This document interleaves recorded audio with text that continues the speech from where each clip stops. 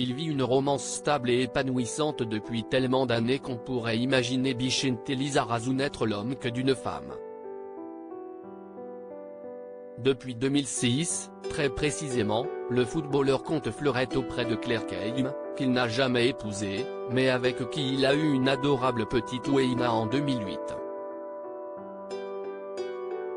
Il avait rencontré la chanteuse alors qu'il s'était reconverti en consultant, pour TF1, et qu'il l'avait croisée lors d'un concert de la troupe Les Enfoirés. Difficile à croire, mais Claire Keim, que l'on retrouve ce soir dans la mini-série Vise le cœur sur TF1, n'est pas le premier amour de Bicente Lizarazu. En réalité, le sportif est devenu, très tôt, un grand séducteur, peut-être à son insu.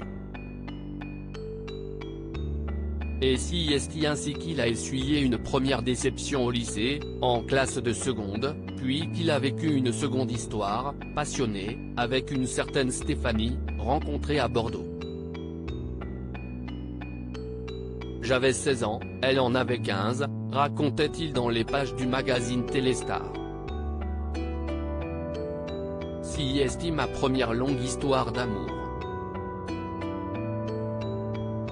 Chimista est né de cette union 9 ans plus tard. Si est la plus belle chose qui me soit arrivée. Mais la vie a eu rapidement raison de notre couple. Nous étions jeunes et sans doute, tout simplement, pas faits l'un pour l'autre. Le divorce des parents est souvent une chose difficile à digérer, pour un enfant. Pour autant, Chimista Sen est sorti comme un chef, il est resté très proche de son papa et vit désormais en Amérique, à New York. Il n'a heureusement pas mal vécu cette séparation, poursuivait son papa.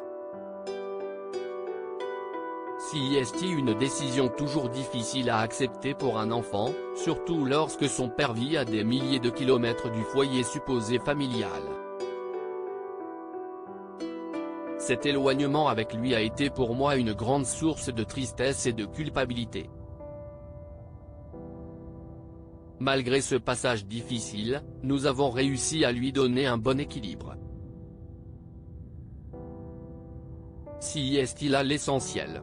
Depuis son passage dans Les Enfoirés, Bicente Lizarazu comprend bien que son destin était de croiser Claire Keim.